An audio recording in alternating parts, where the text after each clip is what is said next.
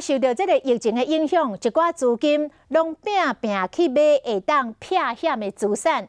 上主要的避险的选择就是黄金。目前的金仔价已经来创下着7年半以来的新高。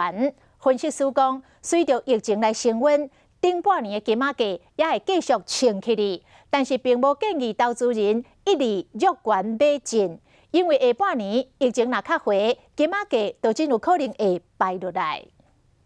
他把这一些通通拿来换成现金。这2年来，收藏的黄金拢提到金仔店去换现金，价效差不多有差4倍。因为最近金仔的价效起真真。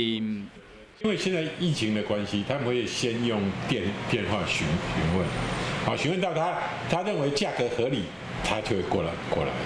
所以这2天明显的就是卖的人是有增加。国际黄金的价效涨到1盎司1726.85美金，是7年半来新高点。因为疫情影响，黄金才变成避险的首选。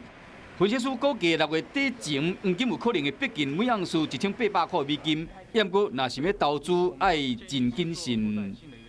如果1750块短线上以上的话，就不追。等到它回落到1700块以下，你可以择优再进。依照分析师的估计，下半年疫情较回了，黄金嘛有卖压出现，就是讲有搁较侪人想要卖黄金投资其他的物件。建议讲想要投资黄金的人，顶半年比下半年较适合，较有可能赚钱。